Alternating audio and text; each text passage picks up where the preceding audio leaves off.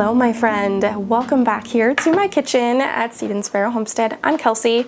Today we're working on my to-do list. I have a few things I need to get to before I can get to something that really needs to be done, and that is starting the fall garden. We want to start some seeds later on this afternoon.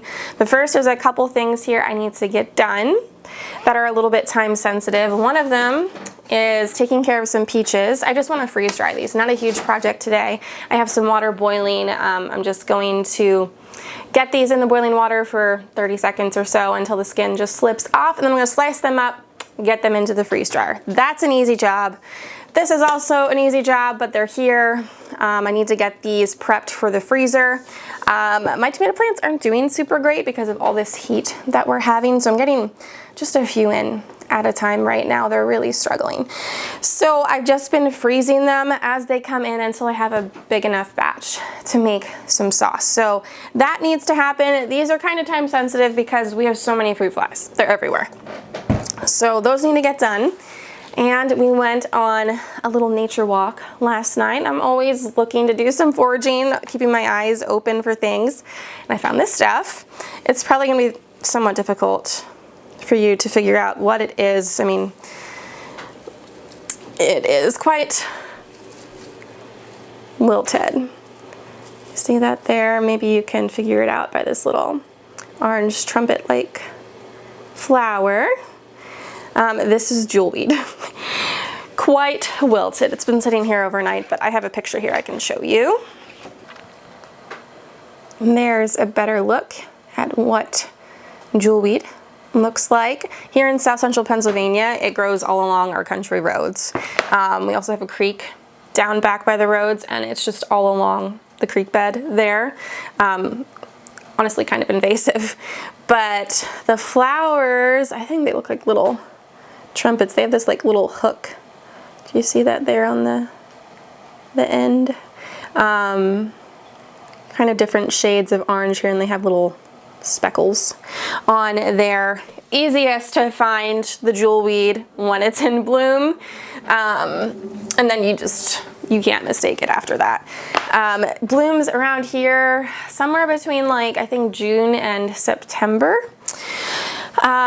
So this is also known as the poison ivy herb because the oils in jewelweed help counteract and neutralize the oils that irritate in things like poison ivy. You can also use it against poison oak. Other things that would cause like contact dermatitis, like stinging nettles or even okra spines. It says here in this book that it's also used for acne, heat rash, ringworm, and fungus, and some other skin disorders. If you're interested, this book is The Backyard Pharmacy, Weeds That Heal by Rachel Weaver. She's actually local to my area. Wealth of knowledge since passed on. She has quite a few books, and I own all of them. They're in my Amazon storefront if you are interested. Great resources for your library. So this, what we're gonna do with it, we're gonna make an oil infusion. It is most effective when made from fresh plant material. You can use dried, not quite as effective, and the oil is what we're after. You could make like a tincture, but she even says in here it's not quite as helpful. It takes much longer to do what it's supposed to, so much rather make an oil infusion from fresh herbs. You can then make that into a salve if you would want. So this is going to work best if applied before like the blisters start happening or there's any scabbing. It will still help in healing after that point, but as soon as you know you come into contact with poison ivy, walked through it, or even if you're suspicious, to take this oil and rub it on that affected area to help neutralize those irritating oils. So in order to make this oil infusion, 2 ounces of fresh herbs. You can use 1 ounce of dried if that's all you have. And then we're going to infuse that with 1 cup of oil. You could use an almond oil, jojoba oil. You could probably even use like a high quality olive oil. And we're gonna do a double boiler method. It's a quicker process. Instead of like infusing this with the oil in a mason jar and letting it go for a few weeks, we're gonna do this in 2 hours and have the finished product ready. So I don't actually have a double boiler. You don't need one. I'm gonna make my own, and we're gonna bring that up to a boil, but then we're gonna put it on the lowest heat, stick this in there, and we're gonna let it slow cook for like 2 hours. And then we will strain it off and the oil will be ready to use. You can use the oil as is, or you could move forward and make a salve. So you can use the leaves and the stem. Flowers are not necessary. I'm gonna chop this up. I'm gonna get it combined with my oil. So this is my makeshift double boiler setup. You just want a bowl that'll sit nicely on top of a pan here, leaving room to have about 1 or 2 inches of water without that water touching the bottom of this bowl. Okay, that'll work just fine. So let me grab my stuff. Now I was incorrect, it did not say to bring this to a boil, it just says to put this over low heat. That's what we're gonna do. Got my weighed out herbs here. It's 2 ounces per batch. I have enough here to do 2 batches. I have 4 ounces. And then we're gonna do 2 cups of, I'm using jojoba oil. Like I said, you could use almond oil or olive oil. It's 1 cup per batch. So I'm just gonna mix that up, make sure all of the herbs are submerged. And then we're just gonna let this go, like I said, over low heat, allow it to cook for about 2 hours.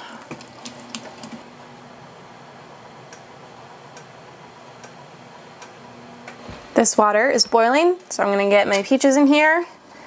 We're just gonna allow them in there for about 30 seconds. You can kind of test them by pulling one up and seeing if the skin just pulls back super easily. We don't wanna cook them, just long enough to get that skin to peel off nice and easy.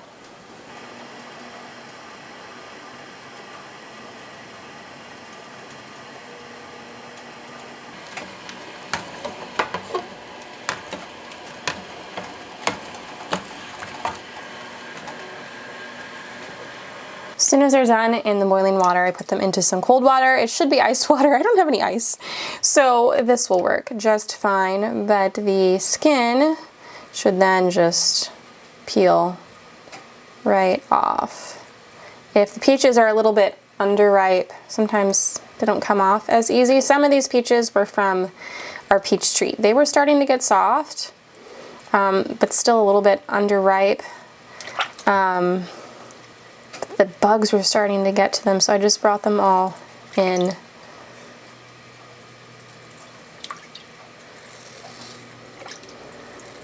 I mean, it still peels pretty well.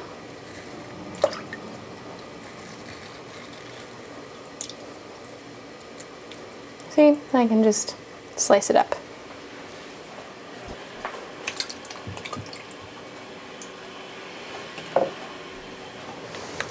You can see this one is already peeled. This one was much riper.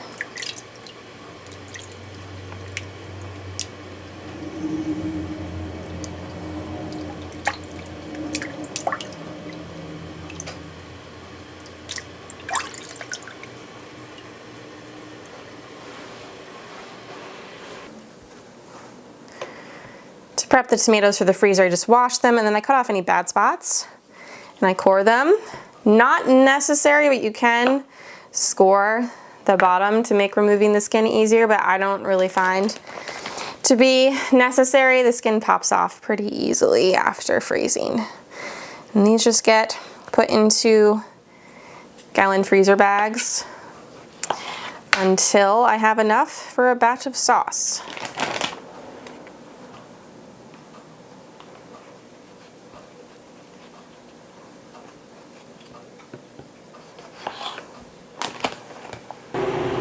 Got the freeze dryer going. It's kind of hot down here, so the door's all fogged up. So we got the peach slices in there. You can't really see them anymore. And some raspberries. The The next thing on the to-do list is some vanilla extract. I've been making my own extract for a few years now. It saves a ton of money. I have another video where I go into a whole bunch of detail, have lots of explanations on this whole process, as well as the breakdown of the cost. I did that, I think, winter of 2023. So I'll link that here on the screen and down in the description if you want to go check that out. I'm not going to go into as much detail today because I just want to keep chipping away at this to-do list. There are lots of methods, lots of ratios, lots of opinions. You're not going to go to jail if you don't do it a certain way. The vanilla police are not going to come after you. But some people are very particular about their process, and that's totally fine, but it's your kitchen and your rules. I have used vodka. I have used all different grades of vodka. I have used bourbon. My personal favorite is spiced rum. I think it just adds a whole other layer to your vanilla extract, and it just elevates your baking when used. I love it. I get my beans off of Amazon. I know there are some like bulk buying groups on Facebook. I want to say it's called like Indries or Indras, something like that. I'm sure some of you are very familiar with that. I just personally haven't gone that route yet. I've been happy with what I have purchased off of Amazon. I can link them in the description. I've used grade A and grade B, not noticing much, if any, difference. Let's see, I was doing only 4 months, and it's totally fine at 4 months, but I have now started allowing it to go until 6 months. I'm trying to build up my stock to where I can let it go a full year. I know some people will not touch it before that year mark. Some people go even longer, like 18 months to 2 years. I don't have the patience for that, and I just honestly don't have the space for that sort of stockpile. I go through vanilla pretty quickly. So I have opened it before 4 months and it's perfectly fine, just not as strong. I really like it at least at the 6 month mark. But again, you just do what works for you and to your own taste and liking. So today I am just going to be making the vanilla extract in here. I want to do this entire bottle. Now it may overflow after I add in the vanilla beans, so I might have to pour some off into a small container like a pint-sized mason jar or something and then infuse that as well. But in the past, like I've just done it in some different size mason jars or some specialty containers. Like I have these guys here that I just got like from Home Goods. I think they were like $1.50 or something like that. And then these make fun Christmas gifts. So we're gonna get some vanilla beans scored. And then for every cup of alcohol, so every 8 ounces, I do 4 to 5 vanilla beans scored. That's what has worked well for me. So I'm just gonna continue doing that. So I'm gonna get these guys scored. We're gonna see if they fit in here. So these are, like I said, they're grade A, and I do look for organic. That's always important to me. Whenever I can afford that, as long as it's within budget, I will look for organic. It smells so good. So I'm just gonna take these guys and I am gonna score them lengthwise.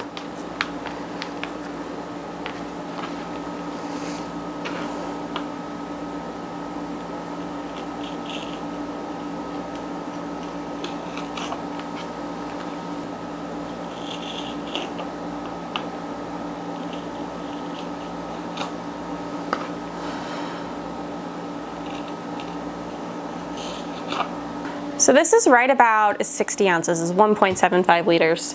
I should put in here about 38 vanilla beans. So I did pour out a little bit of the alcohol just in case. I didn't want it to overflow, and hopefully I can just add that back in. So I counted out here 38 scored beans.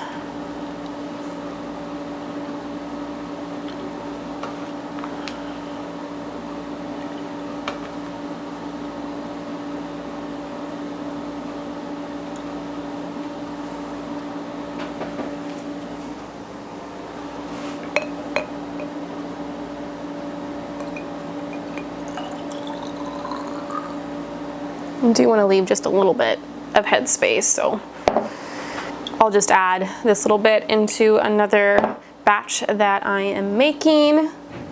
So we'll just stick the lid on this guy. We're gonna do a little label.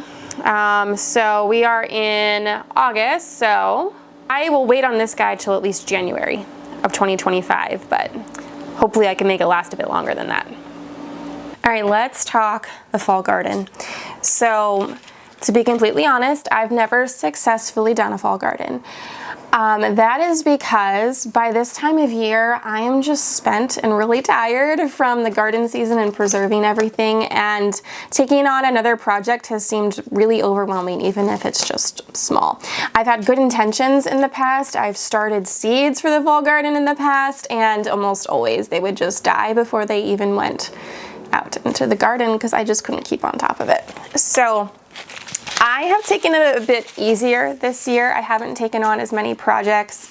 I've been freeze drying a lot more, focusing on certain crops that are just easier to preserve. So I am hopeful I can get to it this year. I'm keeping it small. There are just a few crops that didn't do super well for me in the spring, and I'd like a second shot here in the fall. Now, I don't have like a ton of time left. It's a bit later in the season. I mean, it's right around the time that I should be doing it. Things should be outside, but it's just been super hot.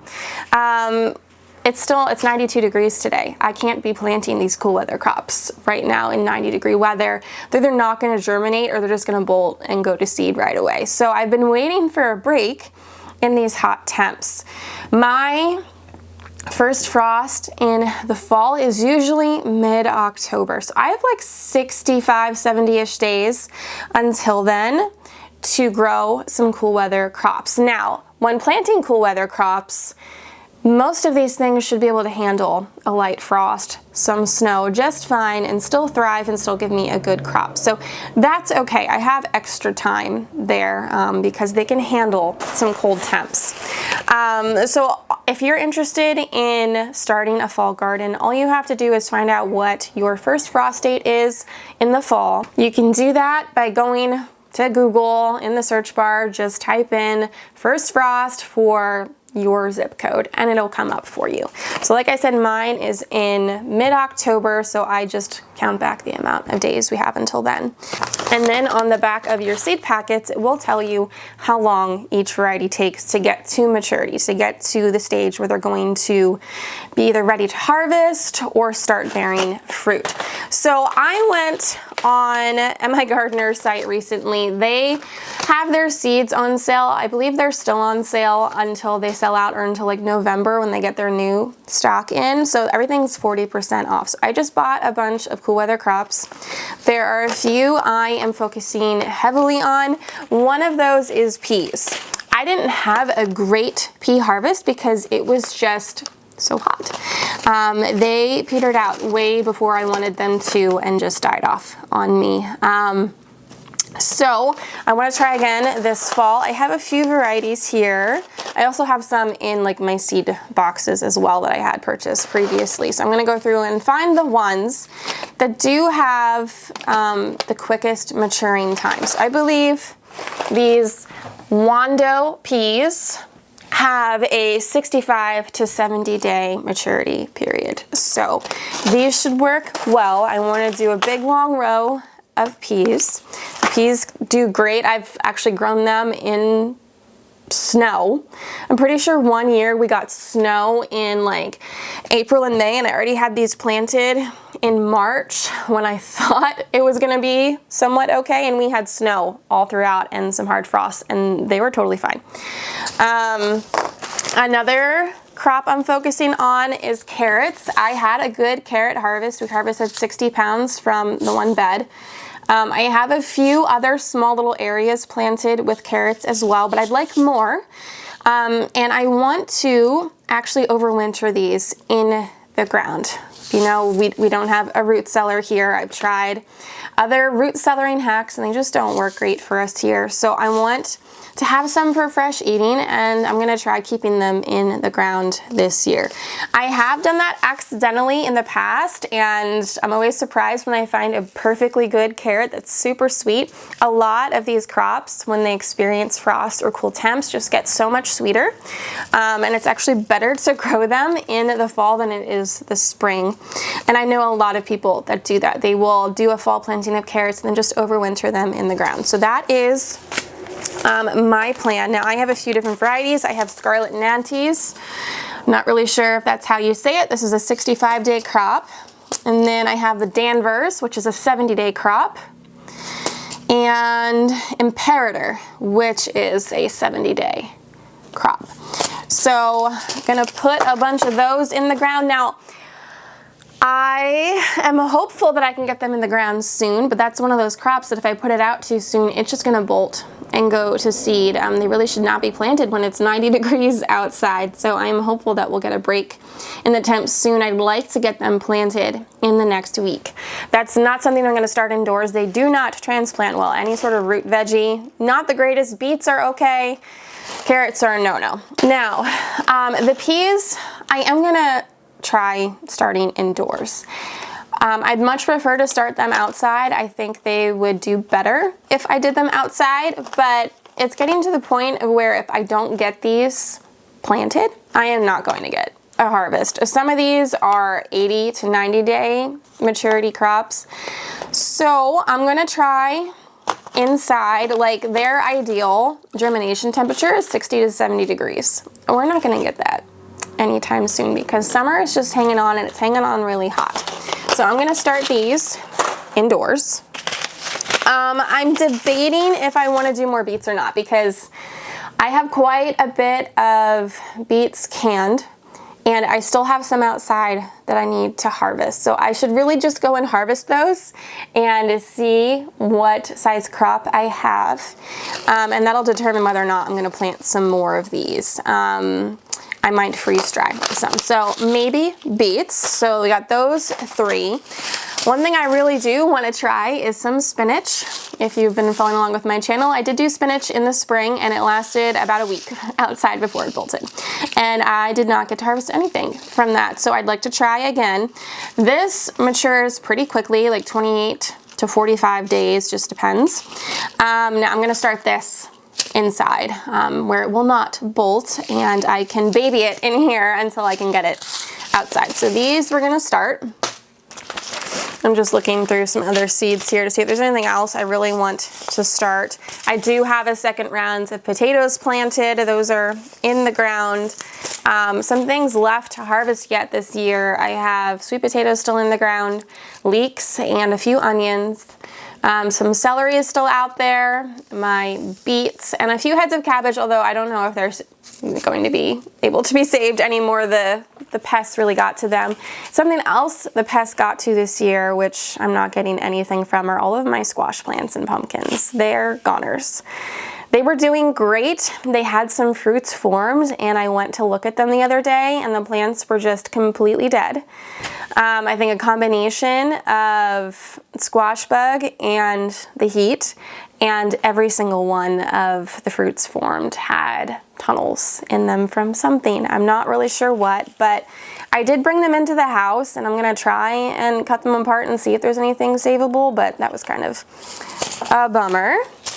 Now, something I'm not starting for fall gardening is any of the brassicas. We just don't eat them. We don't eat broccoli, cauliflower, really Brussels sprouts, and I have enough cabbage. So I'm not starting those things. I'm probably not gonna do any lettuce. I'm really just keeping it to some root veggies, peas, and spinach. I'm looking through though to see if there's any sort of flower I'd like to continue throughout the cooler months. Some things like calendula will take a frost.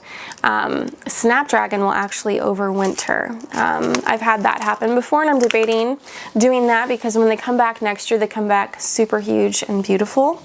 So I might do some snaps. I want to see if there's any other herbs. Like I could do cilantro and dill because they don't like hot weather at all. I'm just debating if I really want those two. Like I said, I'm trying to keep it really easy on myself, not get overwhelmed. There's just a few certain things I really want to get a fall crop from. So I went through all of my seed boxes and I decided the only flowers I'm going to attempt to do this fall are some sweet peas. I wanted to do them this spring and it just got away from me. I wasn't able to get those planted. So I have some Azurius Blue and I have Janet Scott and an Old Spice mix. Now I did have some that self-seeded. I don't even know where they came from, but they were in the cottage garden. But I'm thinking where I had the cucumbers, I might just for fun, just for a pop of color this fall, because these will take a good frost. Plant some sweet peas there. I am gonna do some dill and some cilantro, and that is honestly it. So today we're gonna start the dill and cilantro. We'll do the sweet peas. We'll do the eating peas. We're gonna do some spinach. Do I wanna do kale? I might do some kale as well. And then we gotta go harvest beets, and we will see, hopefully in the next week or so, I can get some carrots in the ground. All right, into this beet patch here. Let's see what we can find.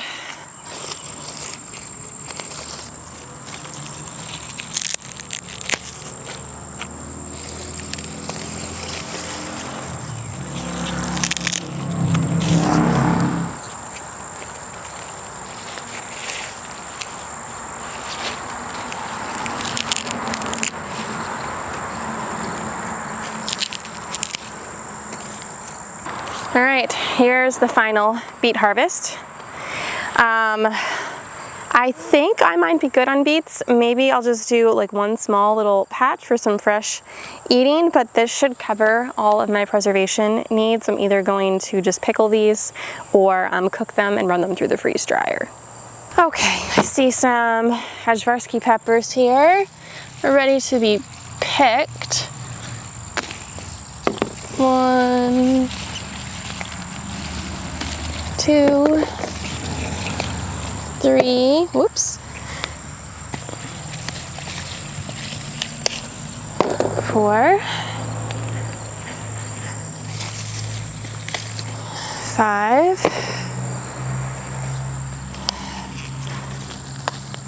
6, 7, 8. I'll let those go a little bit longer. 9, 10. There's some more that are blushing. I did notice a few starting to get eaten by bugs, so maybe I'll just take the ones that are blushing. The pest pressure has just been unreal this year. I don't know if you can see. Can you see over there? My beans are done for. I'm not getting anything else off of those. Which is unfortunate.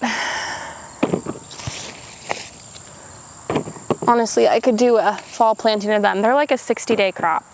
So I could plant some more if I decide I want to.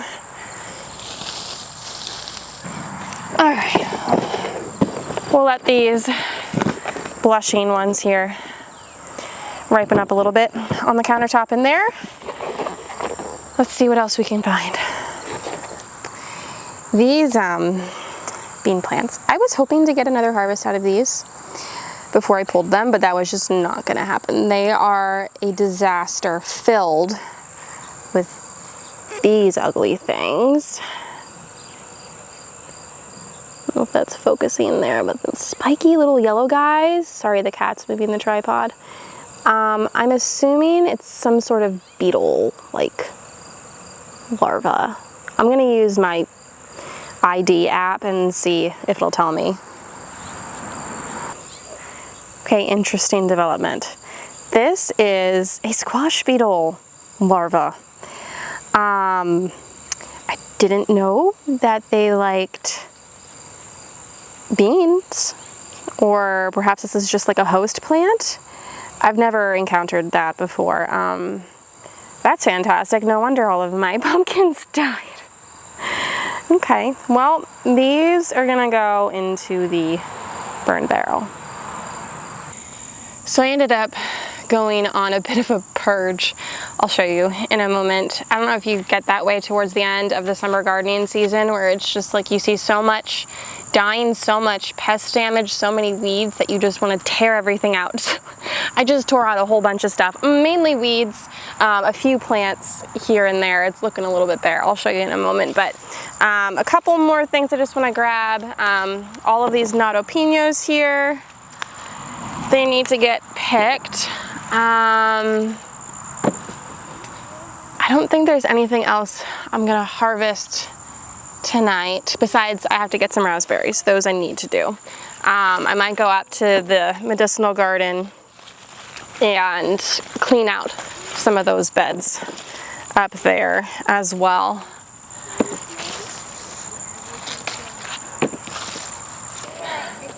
One lone small head of cabbage because I had to take off about 20 of the outer leaves because it was bug damage. The other ones all were just completely eaten by bugs. I have never had pest pressure like I have had this year. It's throwing me for a loop. All right, here's a look at what's left in the garden. I still have leeks here. I just sprayed some BT and some DE to try and take care of the worms on this kale before I tear it out. I didn't want to tear it out and then drag worms all through my garden, so that's what's on there. Down here is where we took the beets out. Still have some Ajvarski peppers. The Scotch kale is gonna come out too. There's beetles all over that as well. So cabbages are gone from that long row. That's empty now. The beans are gone, so that's empty. I took the beets out of this space, so that's looking a little sparse too. I also took the nigella out of there. That was done. The petunias are hanging on, although they're starting to look a little straggly, but I'm gonna let them go. I took the beets out of that spot. I trimmed up the dahlia. And then over here, I just did a little bit of weeding. But those peppers probably give me another round yet. I have leeks in here. I think that's about it in that bed. Back here, I still have some herbs and the eggplant. But that bed is empty where I did potatoes. I found some more potatoes. I think I'm gonna throw them back in there. Still have sweet potatoes going strong in that bed. In this bed here, I just tore out the cucumbers, which I had on those little bamboo sticks there. Just some lavender and thyme in there now. And then that whole bed where the shallots are, or were, is now empty. And then this bed is where we had planted more potatoes. And then this section still has some celery, which I hope it's still edible. It might be bitter now since it's so hot. And the okra. The okra are still producing. So I got some Ajvarski peppers, some Pinos, a small head of cabbage, one cucumber that was left on the plant, some cherry tomatoes, a few other random tomatoes, and some okra, besides the beets. That's tonight's harvest. So in this space, it's just a mess. I'm just gonna start tearing things out. I've got tomato plants that have gone rogue, just tons and tons of weeds. You can't even walk in here anymore.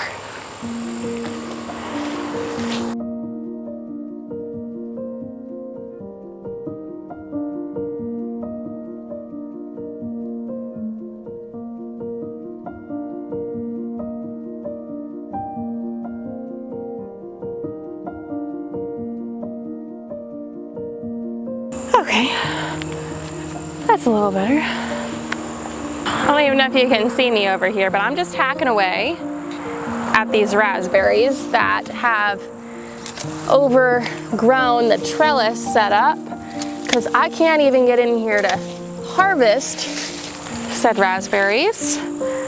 So they're going bye-bye.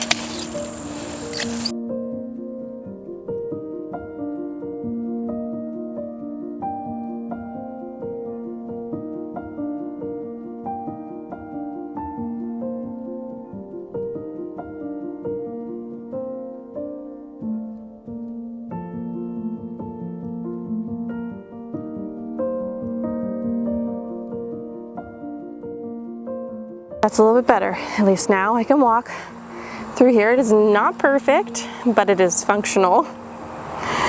I took down all of those, goodness, I can't think now, I'm getting tired, raspberry canes that had just overgrown the wire on the trellis there.